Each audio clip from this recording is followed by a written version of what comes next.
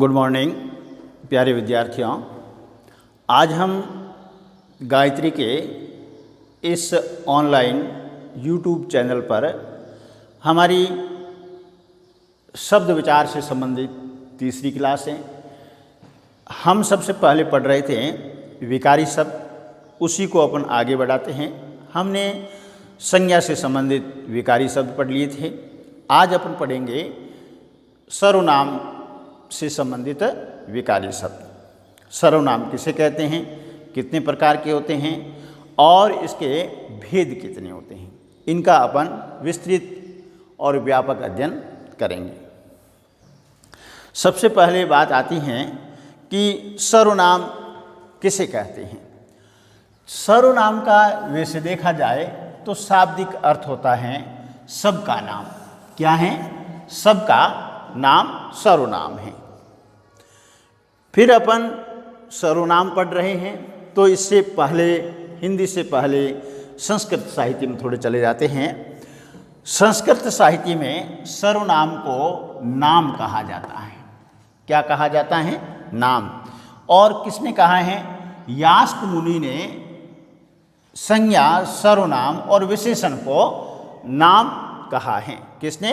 यास्क मुनि ने। और यह किसमें है? संस्कृत साहित्य में है। अब जो है कि सर्वनाम कहते किसे हैं?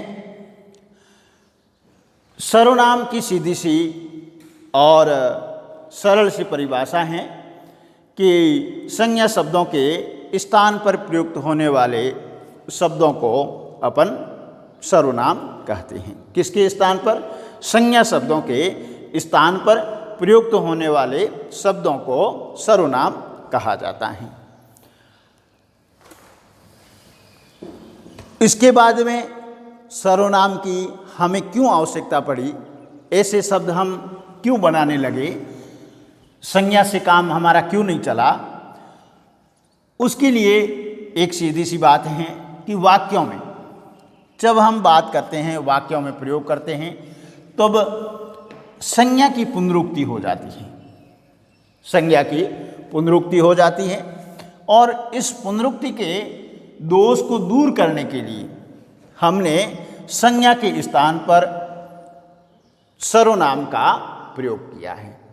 ठीक है, तो हम इसकी परिभाषा को इस प्रकार से भी बांट सकते हैं कि वाक्यों में संज्ञा की पुनरुक्ति को दूर करने के लिए संज्ञा के स्थान पर प्रयुक्त किए जाने वाले शब्द को सर्वनाम कहते हैं।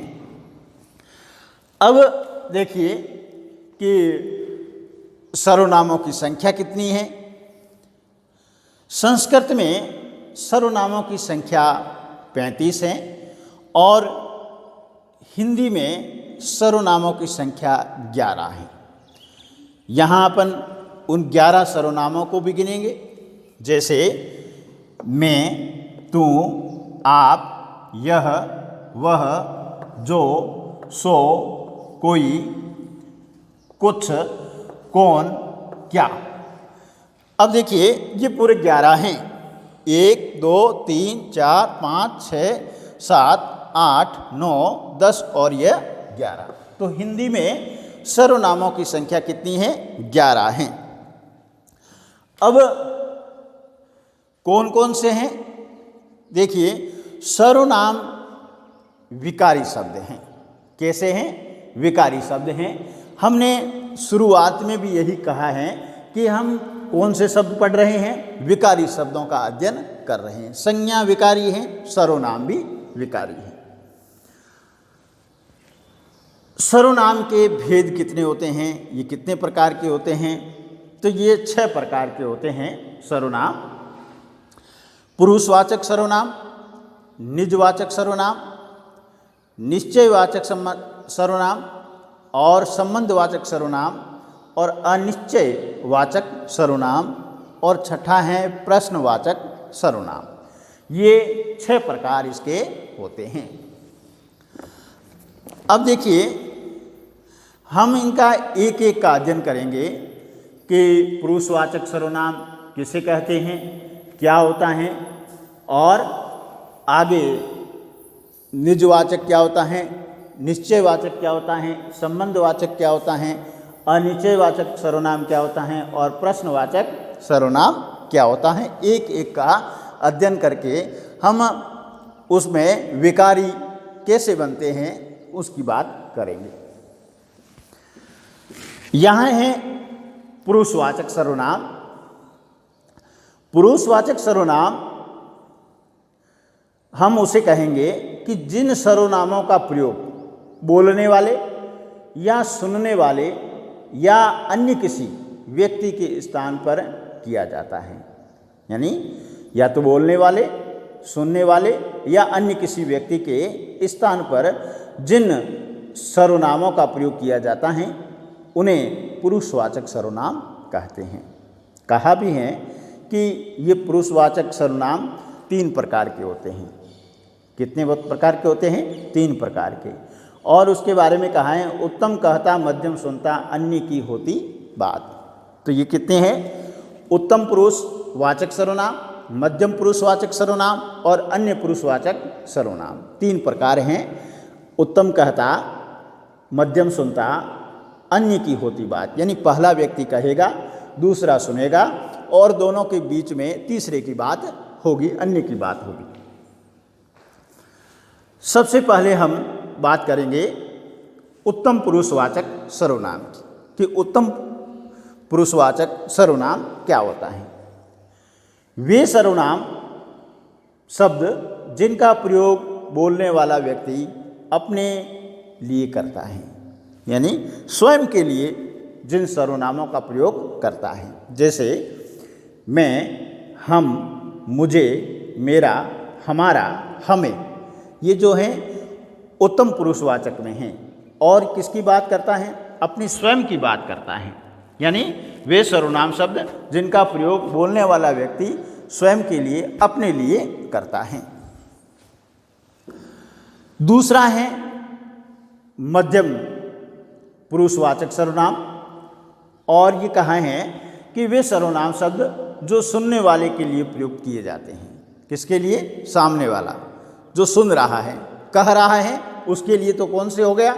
उत्तम पुरुषवाचक हो गया जो कहता है, और जो सुन रहा है उसके लिए मध्यम। अब सुन रहा है उसके लिए प्रयुक्त करेंगे तो कहेंगे तू, तुम, तुम्हें, तुझे, तेरा, आप और आपको। अब देखिए यहाँ आप और आपको शब्द आया है। ये सर्वनाम शब्द जो हैं हम कब प्रयोग करेंगे? जब अपने से बड़ा या आदरणीय व्यक्ति हैं तो वहाँ हम तुम का प्रयोग न करके किसका करेंगे? आप या आपको, इसका प्रयोग करते हैं। ये ध्यान देने की बात है कि हिंदी में अपने से बड़े या आदरणीय व्यक्ति के लिए आप या आपको के लिए, आपको के, आप या आपको सर्वनाम का प्रयोग किया जाता है। फिर आता है अन्य पुरुषवाचक सर्वनाम।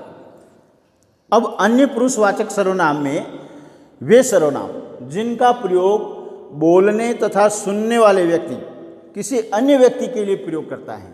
2 बात कर रहा है, तीसरे की बात हो रही है। अब तीसरे के लिए जो सर्वनामों का प्रयोग किया जाएगा वह अन्य पुरुषवाचक सर्वनाम होगा। जैसे यह है, वह हैं, वे हैं, उन्हें हैं, उसे हैं, इसे, उसका, इसका आदि। ये जितने भी हैं वह अन्य पुरुषवाचक सर्वनाम के अंतर्गत आता है। अब देखिए यह और वह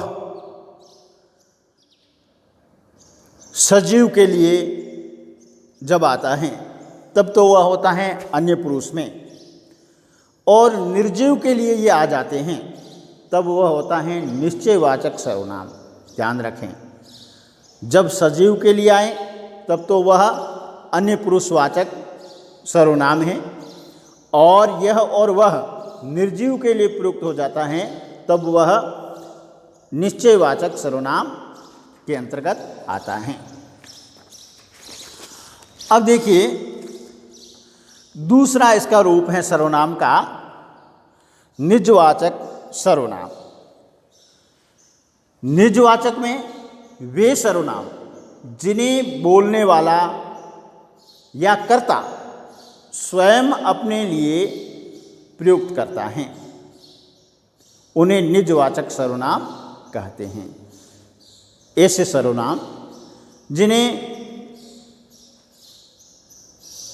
बोलने वाला या फिर जो कर्ता है स्वयं अपने लिए जिन शब्दों का प्रयोग किया जाता है उनको अपन निजवाचक सर्वनाम कहते हैं। जैसे आप, अपना, स्वयं, खुद आदि शब्द, ये कैसे हैं?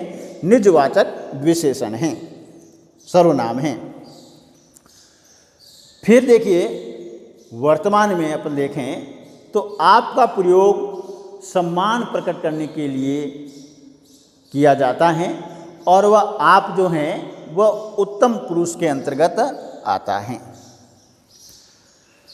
जैसे आपके लिए पुस्तक लाया, अब आपके लिए पुस्तक लाया तो यहाँ पर कौन सा है? मध्यम पुरुष है। लाने वाला दूसरा है ना, वो बोल रहा है दूसरे को, तो वह मध्यम पुरुष हो गया। पानी अपने आप फैल गया, पानी अपने आप फैल गया, इसमें अपने आप जो शब्द हैं वह निजवाचक हैं।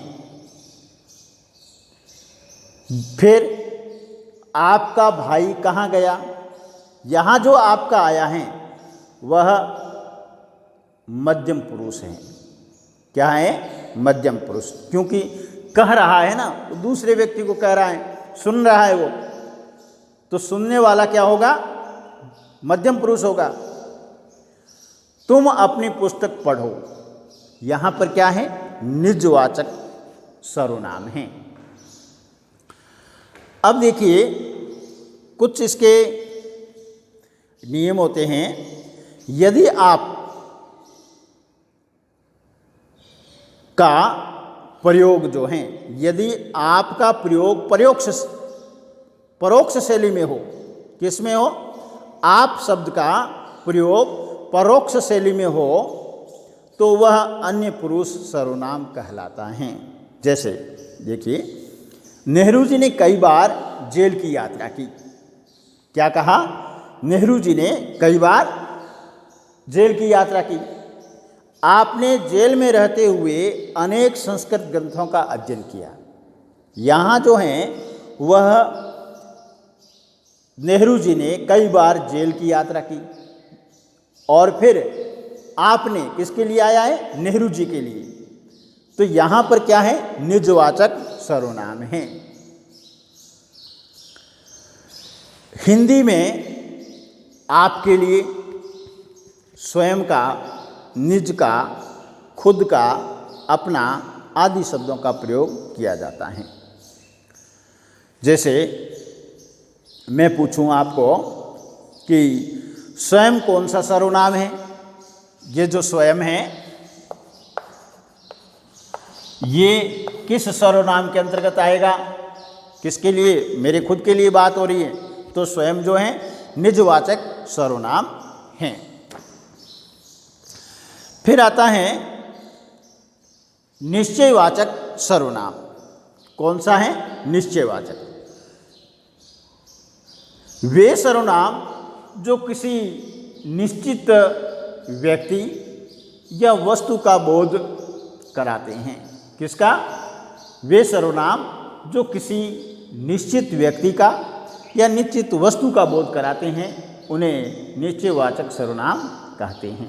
जैसे यह और वह। यह जो सर्वनाम है निश्चयवाचक, ये दो प्रकार के होते हैं। कितने प्रकार के होते हैं? दो प्रकार के। कौन से? अपन ने अभी पढ़ा कि यह और वह। अब किसी निकट वस्तु का अपन बोध कराते हैं तब हम कहते हैं यह, और कहीं दूर है तो उसको हम कहते हैं वह। तब निकटवाची है यह और दूरवाची हैं वह। जैसे वह आपकी घड़ी है, क्या है? वह आपकी घड़ी है, यानी वो दूर पड़ी है, रखी हुई है, तो उसके लिए आएगा वह। और यह मेरा घर है, यानी घर बिल्कुल नज़दीक है, यह मेरा घर है, यह निकट की बात कर रहा है। फिर चौथा जो है सर्वनाम आता है अनिश्चयवाचक सर्वनाम।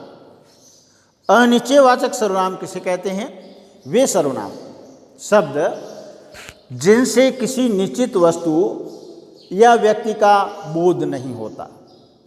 अनिश्चय है ना, निश्चित वस्तु या व्यक्ति का बोध नहीं होता, बल्कि अनिश्चय की स्थिति बनी रहती है, उन्हें अनिश्चयवाचक सर्वनाम कहते हैं। किसकी स्थिति बनी है?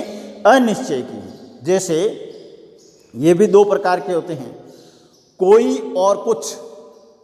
अनिश्चयवाचक क्या है? कोई और कुछ। अब ये कब होते हैं प्रयोग? कोई शब्द जो है वह सजीव के लिए होता है। कोई आ रहा है, कोई जा रहा है, तो ऐसे सजीव के लिए कोई शब्द का प्रयोग किया जाता है। कोई है, इसका मतलब वह निश्चय नहीं हो रहा है कि कौन है, पहचान में नहीं आ रहा है, जा रहा है, आ रहा है, क्या है। और फिर आता है कुछ, निर्जीव के लिए होता है। वह कुछ खा रहा है।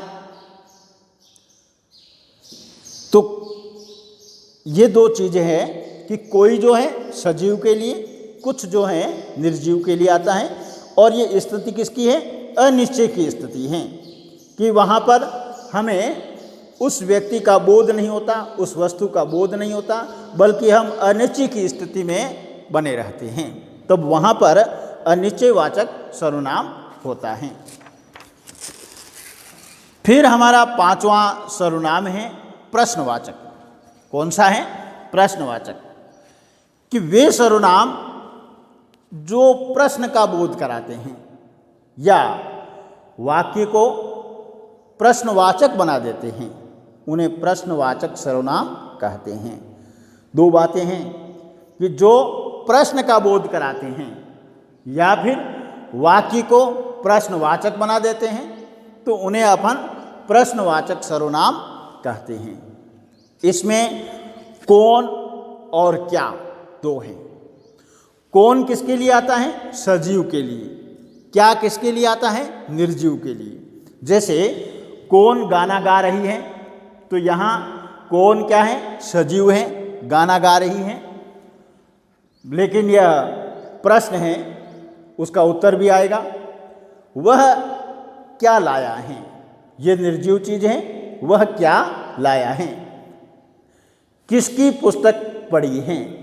तो ये सभी चीज़ें जो हैं वह प्रश्नवाचक सर्वनाम के अंतर्गत आती हैं, जहाँ हमें प्रश्न का बोध हो या फिर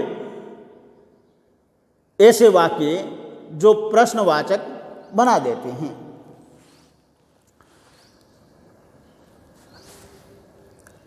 छठा जो है इसका संबंधवाचक सर्वनाम।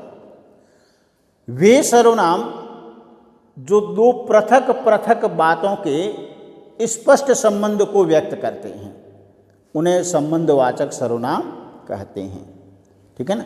यानी वे सर्वनाम जो दो अलग अलग बातों के स्पष्ट संबंध को व्यक्त करते हैं, यानी दो प्रकार की बातें हैं और उसका संबंध जो है स्पष्ट हो जाता है, तो उन्हें हम संबंधवाचक सर्वनाम कहते हैं। यह जैसे जो हैं सो हैं, वह जो वह जो सो जिसकी उसकी जितना उतना आदि संबंधवाचक सर्वनाम कहलाते हैं। जैसे उदाहरण अपन लें, जो पढ़ेगा सो पास होगा, सीधा संबंध है पढ़ने वाले का किससे? पास होने से। जितना गुड़ डालोगे उतना मीठा होगा। अब इसका सीधा संबंध क्या है? गुड़ का मिठास से है, जितना डालोगे उतना वह मीठा होगा। जब इस प्रकार के शब्द आते हैं जोड़ने वाले एक दूसरे को, तो वहाँ पर क्या होता है, संबंधवाचक सर्वनाम होता है। अब देखिए कुछ सर्वनाम से संबंधित महत्वपूर्ण बिंदु हैं। क्या है कि सर्वनामों का लिंग नहीं बदलता है, लेकिन संबंध कारक में लिंग बदल जाता है। जैसे उसका उसकी हो जाएगा, उसका भाई उसकी बहन हो जाएगा। तो ये संबंध कारक हैं, वहाँ तो इसके लिंग बदल जाते हैं, लेकिन सर्वनामों का लिंग अक्सर बदलता नहीं है। मैं और तू के संबंध कारक, मैं और तू के संबंध कारक जैसे का, की, के में का, के, की का प्रयोग न होकर रा, रे, री का प्रयोग होता है। जैसे मेरा, हमारी, मेरी। अब देखिए सर्वनाम या सर्वनामों में कारक चिन्हों का प्रयोग संयोग या संश्लिष्ट रूप में होता है। सर्वनामों में संबोधन नहीं होता है, सर्वनामों में संबोधन नहीं होता है। सर्वनामों में 7 कारक होते हैं, मुख्यतः 5 प्रकार के होते हैं। फिर सर्वनामों के साथ लोग शब्दों का प्रयोग आप लोग, हम लोग होता है। लोग शब्द के साथ नित्य बहुवचन होता है। ठीक है, लोग हैं जो अपने आप में बहुवचन होता है। आप लोग कहाँ जा रहे हो, आप कहाँ जा रहे हो, तो आप कहाँ जा रहे हो एक वचन है, आप लोग कहाँ जा रहे हो बहुवचन बन गया। हम शब्द का प्रयोग बहुवचन के रूप में होता है। क्या है, हम शब्द का प्रयोग किस में होता है, बहुवचन। सर्वनामों में कारक चिन्ह संयोग रूप में आते हैं। जैसे मेरा भाई संबंधवाची है, अपना भाई निजवाचक सर्वनाम है। अब देखिए